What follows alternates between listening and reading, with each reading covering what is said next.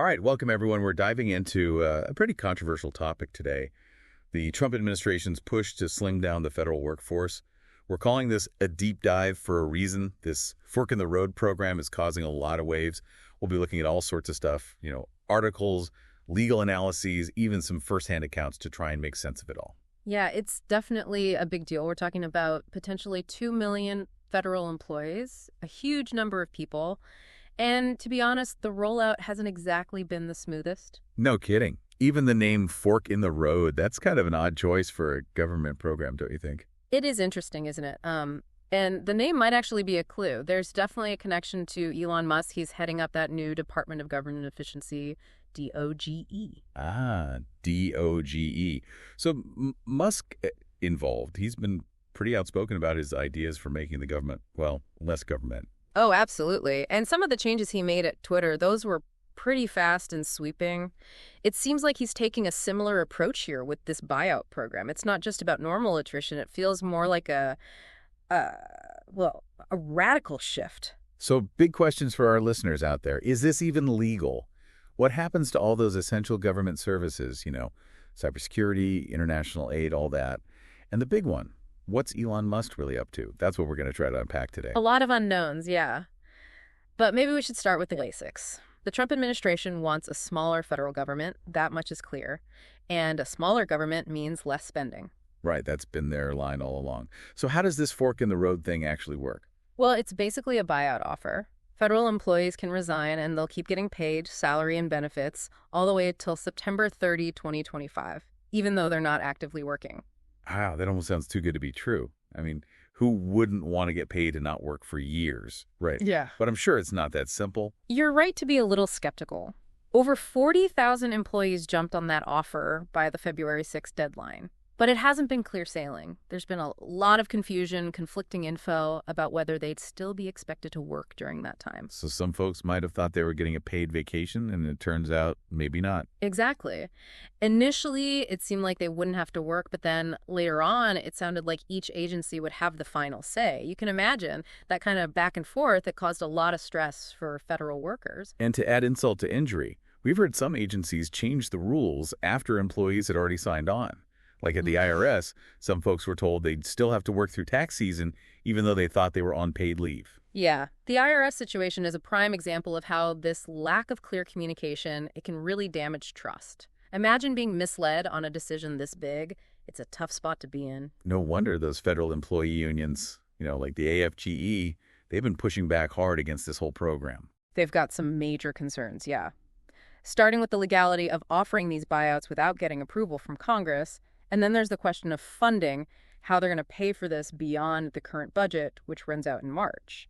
So even if you take the deal, there's no guarantee you'll actually see the money. That adds a whole other layer of uncertainty, doesn't it? Absolutely. And to make things even more questionable, employees have to waive their right to sue the government to participate. That raises some serious ethical flags. Are people being pressured into taking the buyout out of fear? Fear of layoffs or something else? This take it or leave it approach, it just doesn't seem right, especially for people who've dedicated their careers to public service. But ethics aside, what about the practical side of things? What could this program mean for those agencies that are, essential to keeping the country running? That's where things get really interesting. Let's take an agency like CISA, the Cybersecurity and Infrastructure Security Agency. They're crucial for national security and protecting all our critical infrastructure. CISA, right? They're the ones who keep us safe from all those cyber attacks. Exactly. And at first, they were excluded from the buyout offer. Makes sense. Their work is vital. But then, all of a sudden, CISA employees were given the offer, but only had a few hours to decide. Talk about pressure. How can they possibly make a reasoned decision with that kind of deadline? And what does that mean for their ability to do their jobs? Well, there's a lot of worry that we could see a mass exodus of really experienced cybersecurity professionals, which would make us all more vulnerable, especially with those threats becoming more sophisticated and more frequent all the time. Makes you wonder what's going on over at the intelligence agencies, too. Has this affected them? Well, the CIA decided to extend that fork in the road offer to their entire workforce. The catch is it's not clear which positions were actually eligible. So even inside the CIA, there's confusion about who can take the buyout. That doesn't exactly inspire confidence, does it? Not really. And on top of that, they've got a hiring freeze going on, and there are even rumors that they might take back job offers for candidates who don't fit with the administration's priorities. It's like they're reshaping the agency from the inside out. But what about an agency like USAID, the one that handles international development?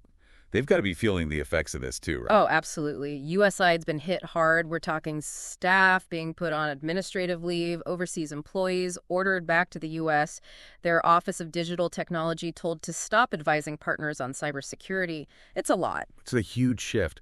What does all that mean for international aid and development, especially in areas like, well, cybersecurity and humanitarian assistance? It raises a lot of questions, that's for sure. What will this mean for the stability and security of their partner countries? We could see some pretty big disruptions. And then there's the Elon Musk factor. He's got a lot of power in the government right now, an unprecedented level of access and authority. This is where it gets really interesting for me. A private citizen, even someone as influential as Elon Musk, having this much power inside the federal government, that's uncharted territory, right? What kind of precedent does this set? It's a valid question, and it's not just about the power. It's about the access granted to those DOGE staffers, a lot of whom, while they're pretty young and they don't have a ton of experience in government, that's causing some concern. That makes sense. So are we seeing Elon Musk's vision for government, or is he just a tool for the Trump administration to push through their own agenda? We might not know the answer to that one for a while, but this whole fork in the road program, it's definitely a lot more complicated than it might seem at first glance. It definitely is. This is about more than just numbers on a budget sheet. It's about people's lives, people's careers. It's about the effectiveness of all those crucial government services. And it's about what kind of impact all this is going to have on the country in the long run. Exactly. This is a story that's still unfolding, and there's a lot we don't know yet, but it's something we all need to be paying attention to. All right, we're going to take a quick break here, but when we come back, we're going to dig deeper into the potential impact of these buyouts on national security and critical infrastructure. Oh. Stay with us. So we keep talking about this fork in the road thing and how it's shaking things up in the government. But there's this bigger picture too, right? Like there's a lot of, anxiety, uncertainty, not just in the government, but everywhere these days. I think you're right. There's this underlying worry about the future, about what the government's supposed to do, even what it means to be a public servant anymore, Yeah, and it feels like having Elon Musk in the mix just adds to that, doesn't it? Yeah. I mean, some people see him as this genius shaking things up for the better, but then others, they're worried about what he's really after, what his plans are. Well, yeah, look at what happened at Twitter. Some people love the changes, others not so much. So it's natural to wonder if he's going to bring that same disruptive energy to the government. You know what I mean? So is this all really just Elon Musk's doing? Or is he more like a pawn or something for the Trump administration to use and get what they want? It's hard to say for sure. He's definitely got influence, that's for sure. But at the end of the day, it's the Trump administration making the decisions and setting the policies. It's a strange relationship, that's for sure. One worth keeping an eye on. For sure. But let's get back to this whole fork in the road program and think about what it could mean, not just for certain agencies, but for the whole government, and all the services it provides to millions of Americans. Mm-hmm. What happens then? The unions, they've been pretty vocal. They're worried that shrinking the government like this, it's bound to hurt people, especially when it comes to those essential services. They're talking about delays in VA claims, Social Security benefits, food safety, even air traffic control. I mean, it goes on and on. So basically anything the government does could be affected. Yeah, pretty much. And it's not just about delays either, right? If you've got fewer people doing the work, the quality might go down too. And the government might not be able to function as well as it should, right? And what about the economy? I mean, thousands of people losing their jobs. That's got to have some kind of ripple effect. Oh, absolutely. You're talking about whole communities across the country being hit. People spend less, businesses close. We could even see another recession. And that's not even counting how much those buyouts are going to cost, which just adds to the mountain of debt we already have. So it's not really about saving money in the long run, is it? There could be a lot of hidden costs down the line. It makes you wonder, what's the government supposed to be doing anyway? What's its role in all this? That's the big question, isn't it? The Trump administration, they say that a smaller government, one that doesn't get involved as much, it's better for the economy, it gives people more freedom. They think a lot of what the government does now, the private sector could handle it better. But the folks who disagree, they say it's not about efficiency, it's about ideology. They say this is about getting rid of those safety nets, making the government smaller so it doesn't do as much for people. Mm-hmm. And they worry about what happens to those people, the ones who need help the most. Yeah, it's a debate that's been going on forever, but it seems like it's gotten more, I don't know, more intense lately. And this whole fork in the road thing, it's become like a symbol of those two different visions for what the country should look like. It's like we've got these two totally different ideas about what the government should be doing. And this buyout program, it's stuck right in the middle. But let's be real, there are also those whispers about, cronyism, about people getting favors, especially with Elon Musk being so involved. Oh, absolutely. That's a valid concern. I mean, what if these buyouts are just a way to get rid of those career government employees, the ones who might not agree with the administration, and replace them with people who are, well, more loyal? So it's less about efficiency, more about holding on to power. Could be. And that's why it's so important to be transparent, to hold people accountable. We got to make sure these decisions are being made for the right reasons, not just to help out a few friends, It can't be at the expense of everyone else. This whole thing makes me wonder, what's it going to do to our democracy? I mean, if the government gets more and more political, are people going to trust it less? That's a real worry. I mean, you need a strong civil service, one that's fair and impartial for a democracy to work, right? If people stop believing that the government is looking out for them, for everyone, they get cynical, they don't care anymore, and that's not good. That's a scary thought. But okay, before we get too gloomy here, maybe there are some good things that could come out of this. Maybe the administration is right, and this will actually make the government more efficient, more responsive. It's possible. I mean, let's be honest, there's definitely room for improvement when it comes to government bureaucracy. Maybe this will force those agencies to rethink how they do things, to come up with better, faster ways to do their jobs, And maybe, just maybe, this will be a chance for those folks who are really passionate about public service to step up, to bring in new ideas, new energy. That's a pretty optimistic view, but hey, it could happen. I think what really matters is how they handle this whole thing, if they're willing to learn from their mistakes and make changes as they go. So it's not a guaranteed disaster. No, not at all. It's still early. We don't know how it's all going to shake out, but we got to stay informed, think critically, and hold those leaders accountable. Absolutely. And that's what we're trying to do here, right? We're not telling you what to think, but we want to give you the info, show you all the different perspectives so you can make up your own mind. Exactly. We want you to be involved, to understand what's going on, to ask those tough questions, and to demand more from the people in charge. Well said. But as we dig deeper into all this, there's another side we got to talk about, the human cost. We've been talking about numbers and policies and politics, but behind all that, there are real people whose lives are being turned upside down. You're right. It's easy to forget that when you're looking at the big picture, but it's important, to really understand what this fork in the road program is doing. You got to listen to the people who are actually going through it. So let's take a step back for a minute and imagine you're a federal employee. You've spent your whole career working for the government. You believe in what you do. You're proud to serve your country.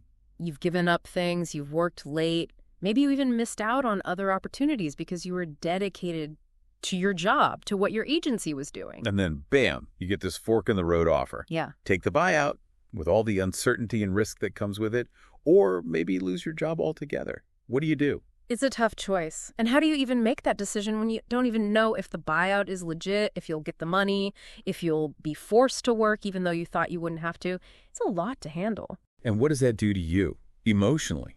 I mean, to feel betrayed, like you're not valued, like all that loyalty and dedication, it meant nothing. No wonder so many people in the government are feeling angry and confused and just plain demoralized. Absolutely. And it's not just them either. It's their families too, right? Suddenly everything's uncertain. You don't know what's going to happen. Maybe your spouse has to go back to work. Maybe your kids can't go to college. Maybe you have to move. It's like throwing a rock in a pond. The ripples just keep spreading. And it's not just about the money or the logistics. It's the stress, the tension, the arguments even. Yeah. Lives are getting disrupted. Plans are falling apart. People are worried about the future. It's easy to forget about all that when you're talking about policies and stuff, but it's important to remember that these decisions, they have a real impact on people's lives. And it's not just about right now either, is it? This whole fork in the road thing, it could change how the government works for years to come. If good people, talented people, feel like they're being pushed out, treated unfairly, well, who's going to want to work for the government then? That's the problem. It could become this downward spiral. The quality of those services goes down. It hurts everyone in the end. It's a vicious cycle. But it's not just about the practical stuff. There's a moral question here, too. Yeah, how we treat the people who work for the government, it says something about us, about our values. Do we care about what they do? Do we respect them? Or are they just, pieces to be moved around in some big political game? Those are big questions, and we should all be asking them. And we got to remember, behind all those statistics, all those policies, all those headlines, there are real people with real lives, with hopes and dreams. And those stories are important. Their experiences matter. We need to hear what they're going through. We can't forget about them when we're talking about all this other stuff. Exactly. We got to keep that human side of things front and center, even when things get complicated with all the politics and the policies and everything else. Yeah, it's easy to get lost in the weeds with all this, but we got to remember those people, their stories, they matter. And they kind of help us see what this could all mean in the long run, what the lasting effects of this might be. It's not just about fork in the road, is it? Not at all. It's much bigger than that. Yeah. This program is really just a symptom, you could say, of some really deep problems the government's facing, and the whole country too, really. So where do we go from here? What are some of the ways this could all play out? Well, one possibility is that, a lot of those experienced people, the ones who really know how things work, they either get pushed out or they just decide to leave. And then what happens? It gets harder to keep that expertise, that institutional knowledge, Right. And that can mean the quality of government services goes down, everything takes longer, people get frustrated, and then nobody trusts the government anymore. Right. Exactly. And then you've got this downward spiral. The best people don't want to work for the government anymore, so the quality keeps dropping. And it's just, it's a mess. And then there's that other possibility, the one we talked about before, where these buyouts, they make the government more political. All those career people, the ones who are supposed to be impartial and just serve the public, they get replaced with folks who are loyal to a certain party or ideology. That's a scary thought, isn't it? And it could make the government less effective, less accountable. And then you open the door to more corruption, more cronyism. It's a slippery slope. And let's not forget about the economy, all those people out of work. That's going to have a big impact. Absolutely. Especially if those job losses hit certain areas or industries really hard. And it's not just about losing those paychecks and people spending less. It's about what it does to economic growth and stability over time, It's a long-term thing. So yeah, the stakes are pretty high here. The decisions that are being made right now, not just about fork in the road, but about a whole lot of things, they're going to shape the future of the government, the economy, and the country as a whole, really. It feels like a turning point, doesn't it? We need to be smart about this. We got to act responsibly. We need to be having those tough conversations, about what the government should be doing, what it means to be a public servant, what kind of future we want. And those conversations, they got to happen everywhere, right? At home, at work, in the halls of Congress, everywhere. We can't just leave it to the politicians and the talking heads. We all got to be a part of this. Absolutely. We got to be informed. We got to ask questions, and we got to hold our leaders accountable. So before we wrap this up, I want to leave our listeners with a little challenge, okay? Yep. Don't just listen to this and then forget about it. Go do some research, talk to your friends and family, get involved. You can write to your representatives, go to town hall meetings, join organizations, all sorts of things. There are so many ways to make a difference. But it starts with each of us, taking responsibility and deciding what kind of future we want to build. It's like this fork in the road thing. It's showing us all these problems, all these challenges that the government's facing, that we're all facing. And now we got to decide which path do we want to take. That's it, isn't it? Do we want a future where it's all about efficiency, about looking out for number one, even if it means leaving people behind?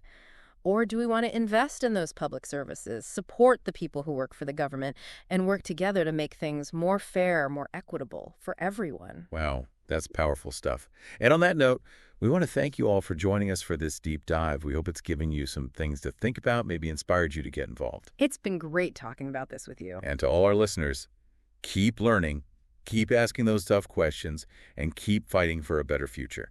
See you next time.